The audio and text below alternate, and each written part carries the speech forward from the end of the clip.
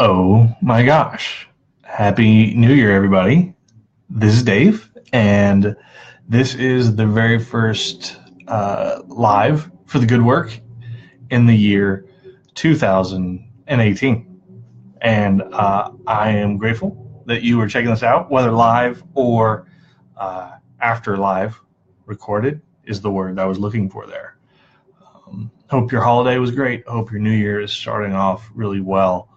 Um, Last probably that you heard from me, we were in the midst of a donation drive to collect money for a family that had 7 kids that wasn't going to have a Christmas. And hopefully, if you've stayed up to date on the Facebook Live or the Facebook group page, the closed group, you saw some photos that our friend Courtney posted. We raised a total of almost $2,800, right around that. 2,600 of it going to the family with 7 kids, and 200 going to the first 2 Angel Tree kids we picked up. In total, there were 11 people that we gave a Christmas to this year. And by we, I mean mostly you.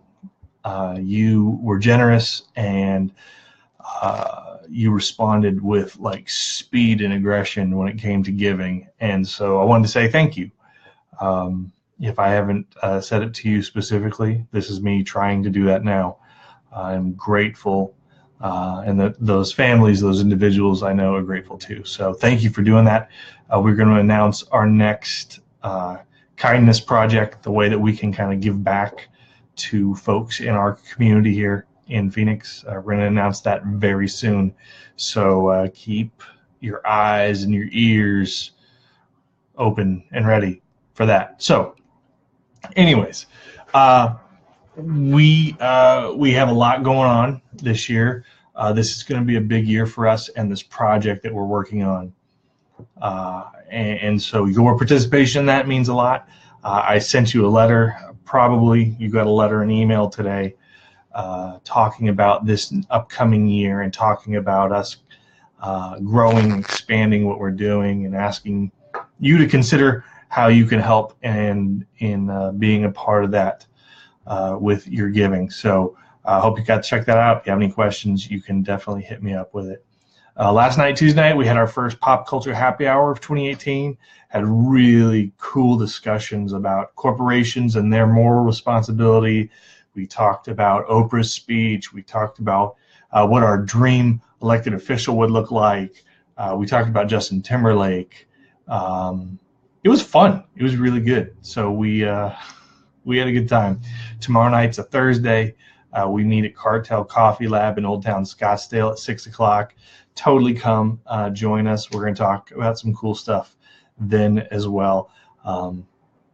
So we got a lot going on. What we want to do with Wednesday nights, though, is still largely determined by what would be valuable to you and not boring and exciting. So it's my hope that I can throw some topics together, some general thematics that you will find engaging. And so tonight, I want to talk to you about getting my ass kicked. Yeah. I wasn't somebody who liked to get in fights growing up as a kid. I wasn't somebody who looked to rain down any kind of fury from my own maladjusted childhood on anyone else. Mine was a much more internal self-destructive pattern. But there were a couple times that I was in schoolyard fights, and believe it or not, I wasn't the biggest kid growing up. Although I became taller than most everyone pretty quickly, I wasn't very bulky and big. And so when it came to fighting, I was often overpowered, oversized by my opponent. I don't even know if I'd call it an opponent. I remember one time that I was in 4th or 5th grade, and there was a girl that I liked, and she just moved into town. It was like super cliche 80s movie bit, and she was pretty and everybody liked her, but she liked talking to me and it was cool and nothing was happening from it. But one day after school, I was walking home, and this other fellow in my class had a crush on her too. And so he came to talk to me. He hid in the garage of one of my friend's homes, and that friend was on the way home, or his house was on the way home. And I remember walking by his house, and they were already there. My friend was already home, and then this other guy came out from around the side of the house, and I knew what it was about. And he came up to me and he said, "You know, you were gonna stop talking to her." I was like, "No, I'm not," because despite the fact that I didn't like want to fight, I still had a mouth that liked to fight. So go figure. And he kept telling me, "You're going to," and I said, "No, I'm not going to." And then he used his hands and his clenched fists to tell me that, and I took some pretty good licks. I didn't really like hit the floor or anything, but I did move away from that person. I ran as soon as I could break free of him holding and punching me while I was trying to punch back. It was a mess. 5th graders don't know how to fight. Okay, you know, they don't. But I remember that, and I remember going back to school the next day, and I remember all the kids talking about it.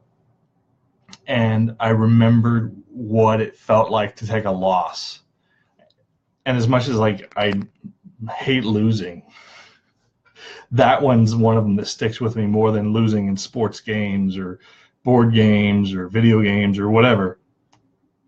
Like that one sticks with me because people, at least I felt like, remembered it longer. Now I doubt anyone could go back and remember that moment, but I remember losing. I remember getting my ass kicked, and I remember how not cool it was. And even now, being, you know, however old I am, I forget, 30, 35, 30, whatever, it's still not cool to take a loss. I still don't like it. I still struggle with it. What I want to throw at you tonight is this. Most of you, I would assume, are familiar with the researcher and author Brené Brown. In 2015, she wrote the book Rising Strong, which is about how we overcome ourselves, really. I guess that would be my quick summary of it. And I've actually used a video of hers in one of our Sunday groups that we've done with the Good Work before. So maybe you've even seen a part of what I'm going to talk about, what I want to mention tonight. But she talks about this deficit in our culture, and she calls it a deficit of badassery. And she came to this conclusion that we have this deficit after formulating this research. It wasn't her kind of cultural opinion, and then she went into research to reaffirm it. It's something that she discovered, and it was a phrase that she coined. And this is what she says about it. She goes, "I know badassery is a strange term, but I couldn't come up with another one that captures what I meant. When I see people stand fully in their truth, or when I see someone fall down and get back, and then they get back up and say, 'Damn, that really hurt, but this is important to me and I'm going in again,' my gut reaction is, what a badass." But this is why she believes that we're in a deficit, because she goes on to say this: "There are too many people today who, instead of feeling hurt, they're acting out their hurt. Instead of acknowledging their pain, they're inflicting pain on others. Rather than risking feeling disappointed, they're choosing to live disappointed. Emotional stoicism is not badassery. Blustery posturing is not badassery. Swagger is not badassery. Perfection is about the furthest thing in the world from it." So what is it? Like, if we were to cure this deficit that Brené suggests we have, what would her cure be? And this is where she starts. And I'll stop reading her words in a minute, and you can read the book if you haven't. Read it again. She says, to me, the real badass is the person who says, our family is really hurting. We could use your support. Or the man who tells his son, it's okay to be sad. We all get sad. We just need to talk about it. Or the woman who says, our team dropped the ball. We need to stop blaming each other and have some tough conversations about what happened so we can fix it and move forward. People who wade into discomfort and vulnerability and tell the truth about their stories are the real badasses. So that is that's a powerful language for me going into a new year. And I long ago quit adopting resolutions, and I make goals for myself all throughout the year. January is not usually a time for me in my own rhythm of life where I start new things. Having worked in traditional churches for almost 20 years, January is more of a rest period for me because Christmas time is just so hectic and crazy. But the idea that culturally we may have this deficit of people who are tough because they are vulnerable is interesting to me. The concept that we all recognize it's not fun to get beat up, to lose, to fall on your face in front of others or just even in front of yourself. But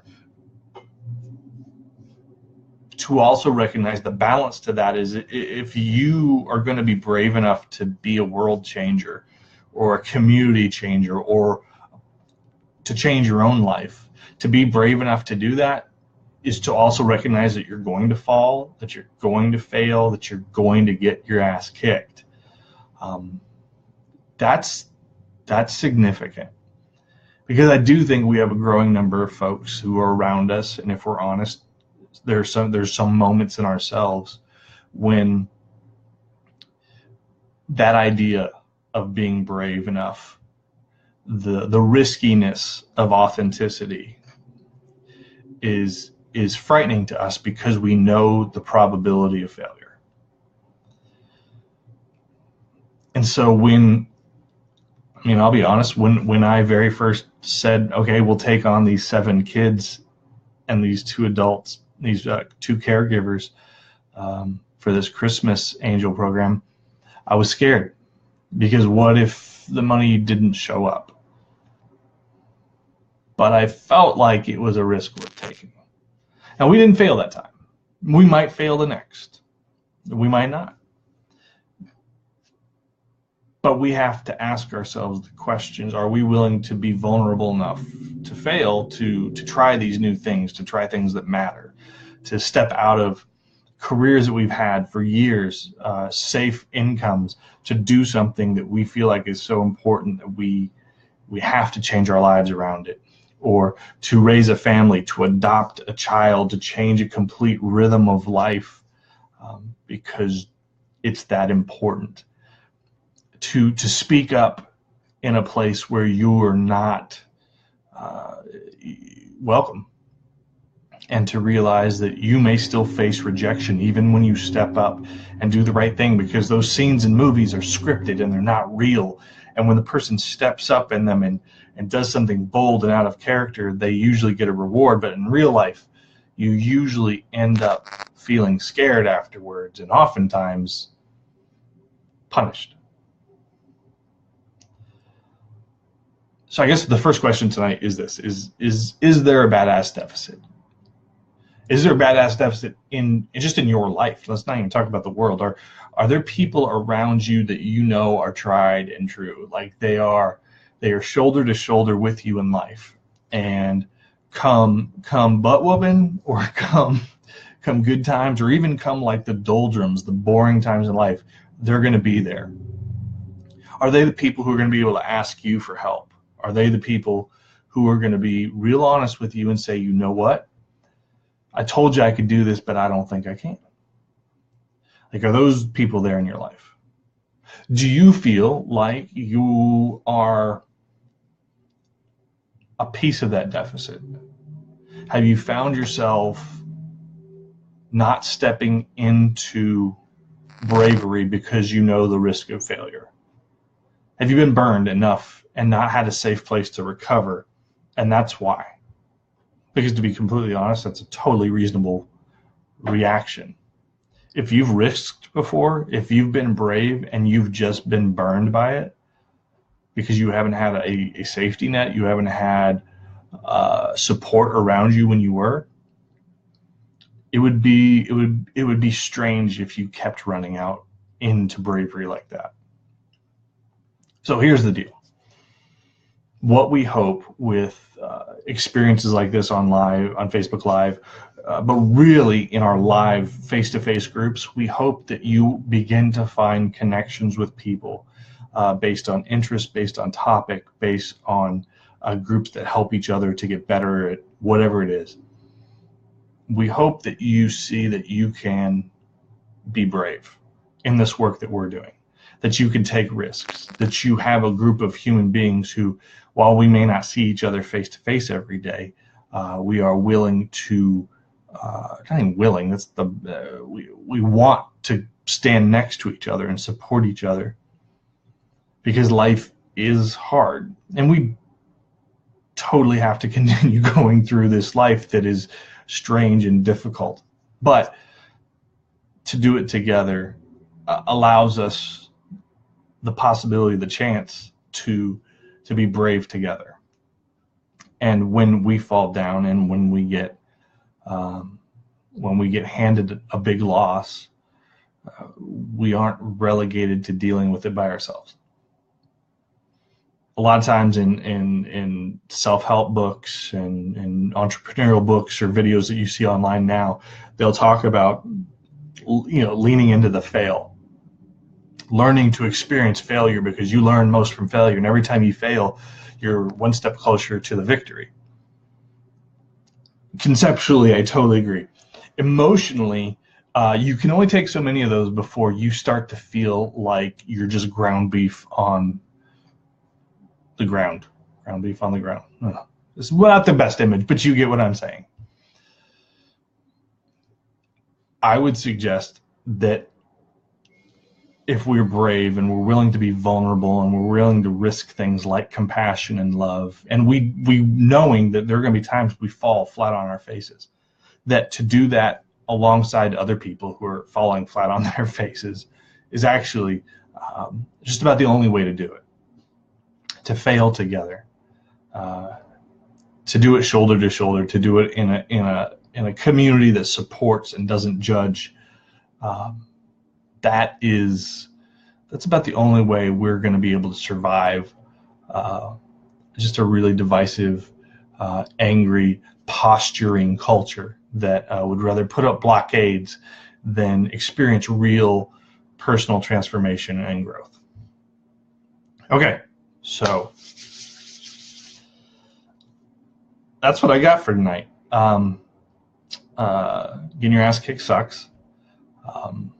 Being a badass means being vulnerable, being willing to ask for help, to say, I'm not perfect, I don't have it all together.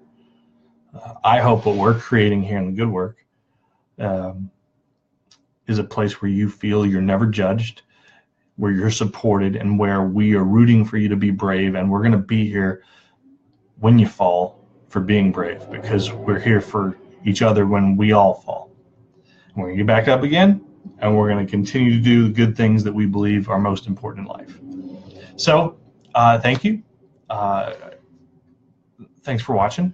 Have a great rest of your evening or day whenever you're watching this. And if you ever need anything, that was a skip of the video. That wasn't me mumbling my words. If you ever need anything with the Good Work, or you have any questions about what we're doing, send a direct message through this Facebook group to me, or reach out to me, dave@thegoodwork.org. I will see you later, everybody. Bye.